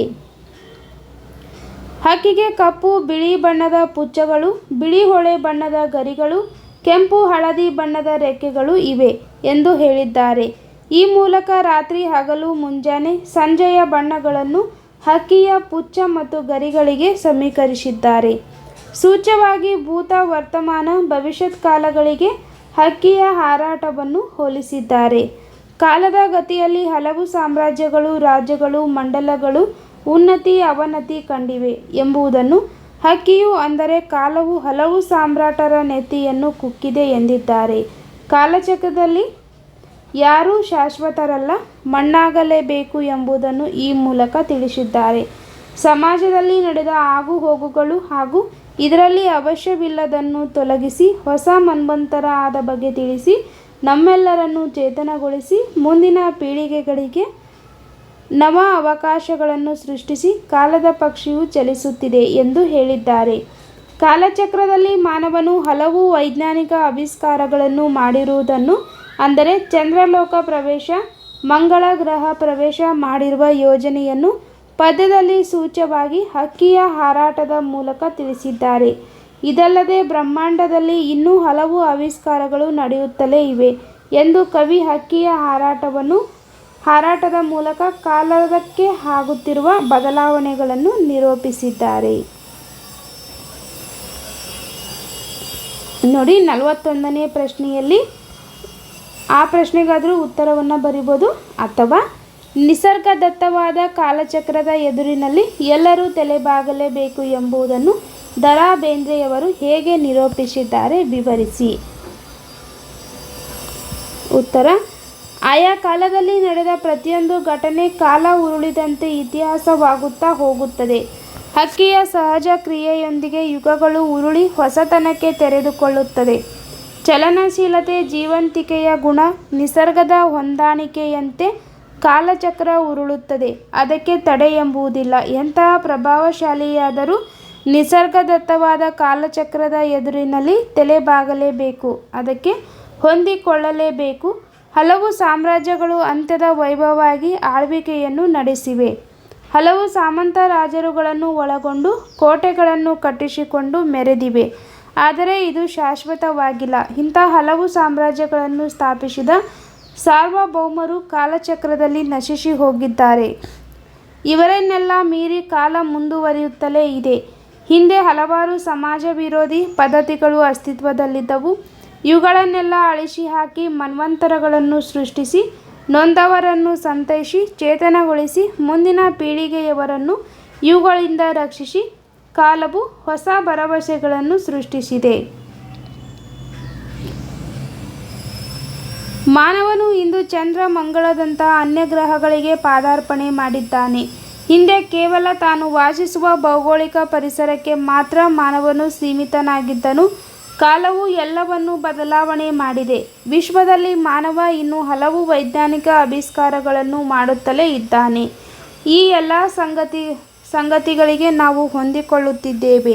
ಮುಂದೆಯೂ ಬದಲಾವಣೆಗೆ ಹೊಂದಿಕೊಳ್ಳಲೇಬೇಕು. ಕಾಲಚಕ್ರದ ಎದುರಿನಲ್ಲಿ ನಾವು ತಲೆಬಾಗಿ ಅದರಂತೆ ನಡೆಯಲೇಬೇಕು. ಕಾಲಾಯ ತಸ್ಮೈ ನಮಃ ಎಂಬಂತೆ ಕಾಲಕ್ಕೆ ತಕ್ಕಂತೆ ಹೊಂದಿಕೊಂಡು ನಡೆಯಬೇಕು. ಕಾಲಕ್ಕೆ ಯಾರೂ ಅತೀತರಲ್ಲ. ಈ ರೀತಿ ಹಲವು ನಿದರ್ಶನಗಳ ಮೂಲಕ ಕವಿ ಬೇಂದ್ರೆಯವರು ನಿಸರ್ಗದತ್ತವಾದ ಕಾಲಚಕ್ರದ ಎದುರಿನಲ್ಲಿ ಎಲ್ಲರೂ ತಲೆಬಾಗಲೇಬೇಕು ಎಂಬುದನ್ನು ನಿರೂಪಿಸಿದ್ದಾರೆ. ನೋಡಿ, ಕೆಳಗಿನ ಗದ್ಯ ಭಾಗವನ್ನು ಮನಸ್ಸಿನಲ್ಲಿ ಓದಿಕೊಂಡು ಕೊಟ್ಟಿರುವ ಪ್ರಶ್ನೆಗಳಿಗೆ ಉತ್ತರ ಬರೆಯಿರಿ. ನೋಡಿ, ಇಲ್ಲಿ ಒಂದು ಅಂಕದ 4 ಪ್ರಶ್ನೆಗಳನ್ನು ಕೇಳುತ್ತಾರೆ. 4 ಅಂಕಗಳಿಗೆ ನೀವು ಸರಿಯಾಗಿ ಉತ್ತರವನ್ನು ಬರೆದರೆ ನಿಮಗೆ 4 ಅಂಕಗಳು.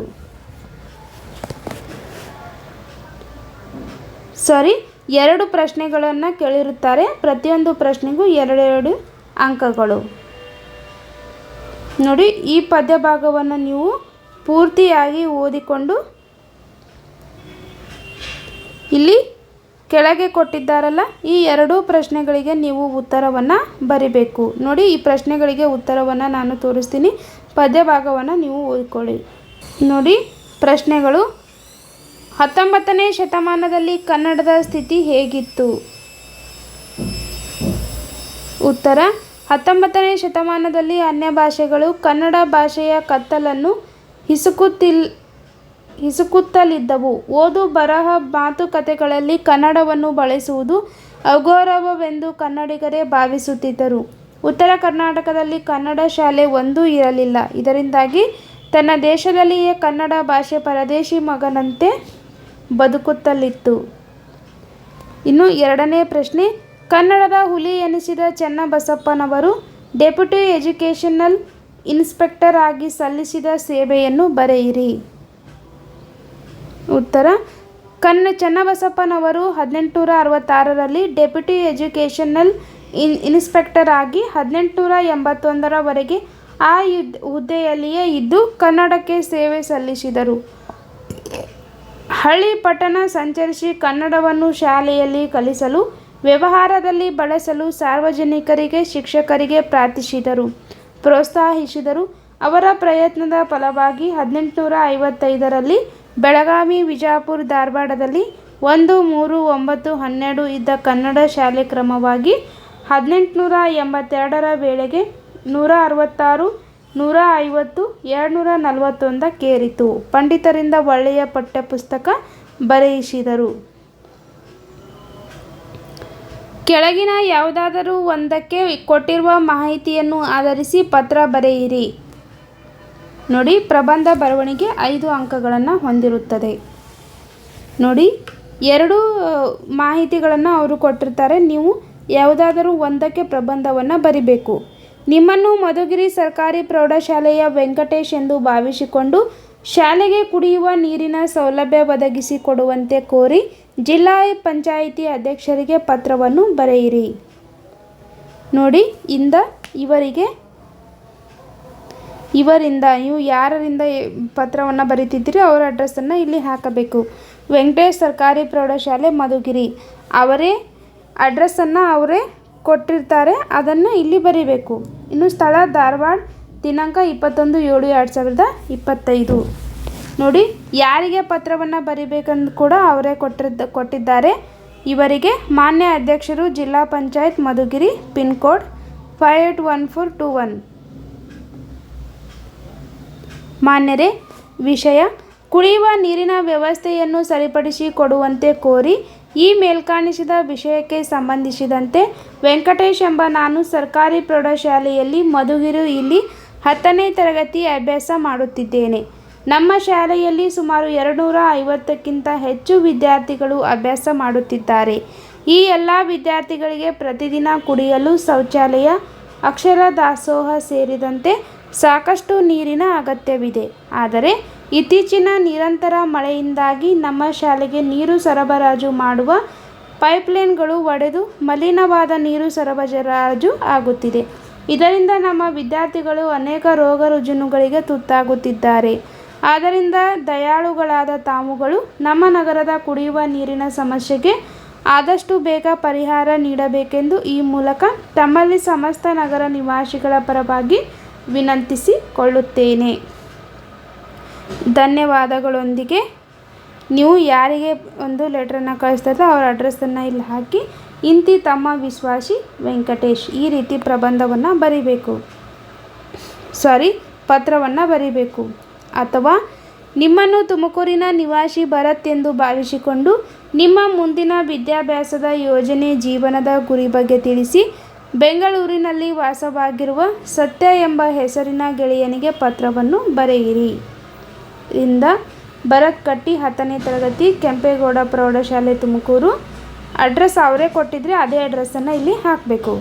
ಪ್ರೀತಿಯ ಗೆಳೆಯನಾದ ಸತ್ಯನಿಗೆ ನಿನ್ನ ಗೆಳೆಯನಾದ ಭರತ ಮಾಡುವ ಶುಭ ಪ್ರಣಾಮಗಳು. ಇಲ್ಲಿ ನಾನು ಆರೋಗ್ಯದಿಂದ ಇದ್ದೇನೆ. ನೀನು ಸಹ ಆರೋಗ್ಯವಾಗಿರುವೆಂದು ತಿಳಿದುಕೊಂಡಿದ್ದೇನೆ. ಹಾಗೆಯೇ ನನ್ನ ವಿದ್ಯಾಭ್ಯಾಸವು ಸಹ ಉತ್ತಮವಾಗಿ ನಡೆಯುತ್ತಿದೆ. ಈ ಪತ್ರವನ್ನು ಬರೆಯಲು ಕಾರಣವೆಂದರೆ ಮಾರ್ಚ್ 2026ರಲ್ಲಿ ಜರುಗುವ 10ನೇ ತರಗತಿ ಪರೀಕ್ಷೆಗೆ ಸಾಕಷ್ಟು ಅಭ್ಯಾಸ ಮಾಡಿ ಪರೀಕ್ಷಾ ಸಿದ್ಧತೆ ಮಾಡಿಕೊಳ್ಳುತ್ತಿದ್ದೇನೆ. ನಮ್ಮ ಶಾಲೆಯಲ್ಲಿ ಶಿಕ್ಷಕರು ಪಾಠ ಆಧಾರಿತ ಮೌಲ್ಯಾಂಕನ ಪರೀಕ್ಷಾ ಪದ್ಧತಿ ಕುರಿತು ಮಾಹಿತಿಯನ್ನು ಒದಗಿಸುತ್ತಿದ್ದಾರೆ. ಈ ಪರೀಕ್ಷೆಯಲ್ಲಿ 100% ಅಂಕಗಳನ್ನು ಗಳಿಸುವ ಸಾಕಷ್ಟು ಪೂರ್ವ ಸಿದ್ಧತೆಯನ್ನು ಮಾಡಿಕೊಂಡಿದ್ದೇನೆ. ಏಕೆಂದರೆ ನಾನು IAS ಅಧಿಕಾರಿಯಾಗಬೇಕೆಂಬುದು ನನ್ನ ತಂದೆ ತಾಯಿ ಹಾಗೂ ಕುಟುಂಬದ ಕನಸಾಗಿದ್ದು ಅದನ್ನು ಈಡೇರಿಸಿಕೊಳ್ಳಬೇಕೆಂದು ನನ್ನ ಜೀವನದ ಅತ್ಯಂತ ದೊಡ್ಡ ಗುರಿಯಾಗಿದೆ. ಈ ನಿಟ್ಟಿನಲ್ಲಿ ಅಗತ್ಯ ತಯಾರಿ ಮಾಡಿಕೊಳ್ಳುತ್ತಿದ್ದೇನೆ. ಹಾಗೆಯೇ ನಿಮ್ಮ ತಂದೆ ತಾಯಿಯವರಿಗೂ ನನ್ನ ಅನಂತ ನಮಸ್ಕಾರಗಳನ್ನು ತಿಳಿಸು. ಈ ಪತ್ರ ಮುಟ್ಟಿದ ಕೂಡಲೇ ನಿನ್ನ ಕ್ಷೇಮ ಸಮಾಚಾರ ಕುರಿತು ಪತ್ರವನ್ನು ಬರೆ. ಇಂತಿ ನಿನ್ನ ಪ್ರೀತಿಯ ಗೆಳೆಯ ಭರತ್. ಶುಭ ಪ್ರಣಾಮಗಳೊಂದಿಗೆ. ಇವರಿಗೆ ನೀವು ಯಾರಿಗೆ ಒಂದು ಪತ್ರವನ್ನು ಬರೀತಿದ್ರೆ ಅವರ ಅಡ್ರೆಸ್ಸನ್ನು ಇಲ್ಲಿ ಹಾಕಬೇಕು.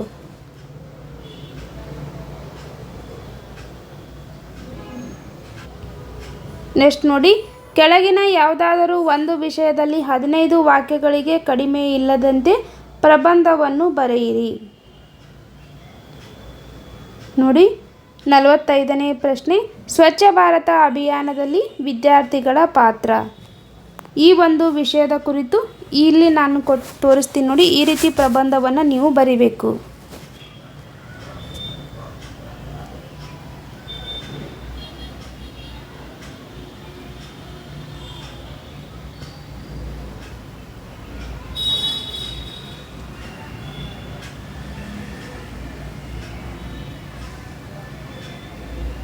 ಕೊನೆಗೆ ಈ ರೀತಿ ಉಪಸಂಹಾರವನ್ನು ಹಾಕಬೇಕು.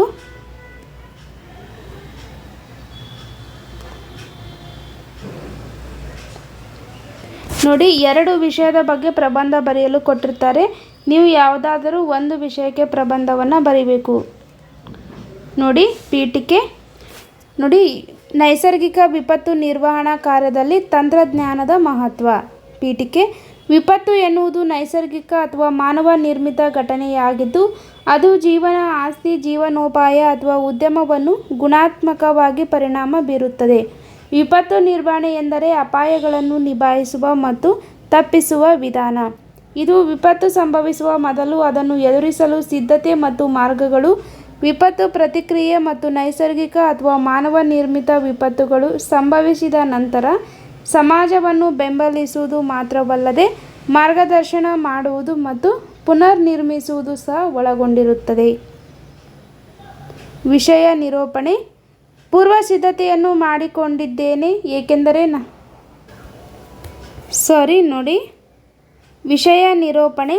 ನೈಸರ್ಗಿಕ ವಿಪತ್ತುಗಳನ್ನು ಎದುರಿಸುವ ತಂತ್ರಜ್ಞಾನವು ಅತ್ಯಂತ ಮಹತ್ವದ ಪಾತ್ರ ವಹಿಸುತ್ತದೆ. ಇದು ವಿಪತ್ತುಗಳನ್ನು ಮೊದಲೇ ಪತ್ತೆಹಚ್ಚಲು, ಹಾನಿಯನ್ನು ಕಡಿಮೆ ಮಾಡಲು, ತುರ್ತು ಪ್ರತಿಕ್ರಿಯೆಗಳನ್ನು ಸಂಘಟಿಸಲು ಮತ್ತು ನಂತರದ ಪುನಶ್ಚೇತನ ಕಾರ್ಯಗಳಿಗೆ ಸಹಾಯ ಮಾಡುತ್ತದೆ. ಜಿಐಎಸ್ ಡ್ರೋನ್ಗಳು, ಉಪಗ್ರಹ ಚಿತ್ರಣ, ಬಿಗ್ ಡೇಟಾ, ಸ್ಮಾರ್ಟ್ಫೋನ್ಗಳು ಮತ್ತು ಸಂವೇದಕಗಳಂತಹ ತಂತ್ರಜ್ಞಾನಗಳು ಮುನ್ಸೂಚನೆ, ಸಮನ್ವಯ ಮತ್ತು ಮಾಹಿತಿ ಸಂಗ್ರಹಣೆಗೆ ನೆರವಾಗುತ್ತವೆ. ಭೂಕಂಪ, ಪ್ರವಾಹ, ಚಂಡಮಾರುತ ಮುಂತಾದ ನೈಸರ್ಗಿಕ ವಿಕೋಪಗಳನ್ನು ಮುಂಚಿತವಾಗಿ ಪತ್ತೆ ಹಚ್ಚಲು ಮತ್ತು ಅವುಗಳ ವ್ಯಾಪ್ತಿಯನ್ನು ಅಂದಾಜು ಮಾಡಲು ಇವು ಸಹಾಯ ಮಾಡುತ್ತವೆ. ಭೂಮಿ ಮೇಲಿನ ವಿಪತ್ತುಗಳ ಪ್ರಭಾವವನ್ನು ವಿಶ್ಲೇಷಿಸಲು ಮತ್ತು ಅಪಾಯದ ಪ್ರದೇಶಗಳನ್ನು ಗುರುತಿಸಲು ಇದು ಸಹಕಾರಿಯಾಗುತ್ತದೆ. ಹವಾಮಾನ, ಭೂಕಂಪನ, ಕಂಪನ ಮುಂತಾದ ಡೇಟಾವನ್ನು ನಿರಂತರವಾಗಿ ಸಂಗ್ರಹಿಸಲು ಇವುಗಳನ್ನು ಬಳಸಲಾಗುತ್ತದೆ. ಇದರಿಂದ ಪ್ರಮುಖ ಎಚ್ಚರಿಕೆಗಳನ್ನು ನೀಡಬಹುದು. ವಿಪತ್ತುಗಳಿಗೆ ಸಂಬಂಧಿಸಿದ ಮಾಹಿತಿಯನ್ನು ವಿಶ್ಲೇಷಿಸಿ ಯಾವ ಪ್ರದೇಶಗಳಿಗೆ ಹೆಚ್ಚು ಆದ್ಯತೆ ನೀಡಬೇಕು ಮತ್ತು ಯಾವ ಜನಸಂಖ್ಯೆಯನ್ನು ಸ್ಥಳಾಂತರಿಸಬೇಕು ಎಂಬ ಮಾಹಿತಿಯನ್ನು ಒದಗಿಸುತ್ತದೆ. ಸ್ಮಾರ್ಟ್ಫೋನ್ಗಳು ಮತ್ತು ಸಾಮಾಜಿಕ ಮಾಧ್ಯಮ ಸಾರ್ವಜನಿಕರಿಗೆ ತಕ್ಷಣ ಮಾಹಿತಿಯನ್ನು ಒದಗಿಸಲು, ಸಹಾಯಕ್ಕಾಗಿ ವಿನಂತಿಗಳನ್ನು ಸ್ವೀಕರಿಸಲು ಮತ್ತು ತುರ್ತು ತಂಡಗಳೊಂದಿಗೆ ಸಂವಹನ ನಡೆಸಲು ಇವು ಸಹಾಯಕವಾಗಿವೆ. ಸಂಖ್ಯಾತ್ಮಕ ಮತ್ತು ಅನಾಲಿಟಿಕ್ಸ್ ನಡುವೆ ಜೋಡಣೆ ಮೂಲಕ ತಂತ್ರಜ್ಞಾನವು ರಾಜ್ಯ ಮತ್ತು ಸ್ಥಳೀಯ ಆಡಳಿತಗಳಿಗೆ ಪರಿಣಾಮಕಾರಿ ತಂತ್ರಗಳ ರೂಪಿಸಬಲ್ಲದು. ಇನ್ನು ಉಪಸಂಹಾರ. ಒಟ್ಟಾರೆಯಾಗಿ ನೈಸರ್ಗಿಕ ವಿಪತ್ತು ನಿರ್ವಹಣೆಯಲ್ಲಿ ತಂತ್ರಜ್ಞಾನದ ಬಳಕೆಯು ಜೀವಗಳನ್ನು ಉಳಿಸಲು, ಆಸ್ತಿ ನಷ್ಟವನ್ನು ಕಡಿಮೆ ಮಾಡಲು ಮತ್ತು ಭವಿಷ್ಯದ ವಿಪತ್ತುಗಳನ್ನು ಹೆಚ್ಚು ಪರಿಣಾಮಕಾರಿಯಾಗಿ ಎದುರಿಸಲು ಸಹಾಯ ಮಾಡುತ್ತದೆ. ಪೀಡಿತ ಪ್ರದೇಶಗಳಲ್ಲಿ ವೇಗವಾಗಿ ಕೆಲಸ ಮಾಡಲು ಮತ್ತು ಗರಿಷ್ಠ ಜನರನ್ನು ತಲುಪಲು ಸರ್ಕಾರಕ್ಕೆ ವಿಪತ್ತು ನಿರ್ವಹಣೆ ಒಂದು ಪ್ರಮುಖ ಸಾಧನವಾಗಿದೆ. ವಿಪತ್ತು ನಿರ್ವಹಣಾ ಚಕ್ರವು ಭವಿಷ್ಯದ ಯಾವುದೇ ವಿಪತ್ತಿಗೆ ತಡೆಗಟ್ಟುವಿಕೆ ಮತ್ತು ಸಿದ್ಧತೆಯ ಮೂಲಕ ವಿಪತ್ತುಗಳನ್ನು ವೇಗವಾಗಿ ತಗ್ಗಿಸಲು ಸಹಾಯ ಮಾಡುತ್ತದೆ. ತಂತ್ರಜ್ಞಾನವು ಸರ್ಕಾರಗಳು ಮೊದಲು ಸಾಧ್ಯವಾಗದ ಕ್ರಮಗಳನ್ನು ನೋಡಲು ಅನುವು ಮಾಡಿಕೊಡುತ್ತದೆ. ಈ ರೀತಿ ಪ್ರಬಂಧವನ್ನು ನೀವು ಬರೀಬೇಕು. ಇಲ್ಲಿಗೆ SSLC Essay 1 ಒಂದು ಕ್ವಶನ್ ಮಾದರಿ ಪ್ರಶ್ನೆ ಪತ್ರಿಕೆಯ ಉತ್ತರ ಸಹಿತ ವಿಡಿಯೋ ಇಲ್ಲಿಗೆ ಮುಗಿತು. ಇನ್ನು ಮುಂದಿನ ಮಾದರಿ ಪ್ರಶ್ನೋತ್ತರಗಳಿಗಾಗಿ ನಮ್ಮ ಚಾನಲನ್ನು ಸಬ್ಸ್ಕ್ರೈಬ್ ಮಾಡಿ, ನಿಮ್ಮ ಫ್ರೆಂಡ್ಸ್ಗೆ ಈ ವಿಡಿಯೋನ ಶೇರ್ ಮಾಡಿ. Thank you.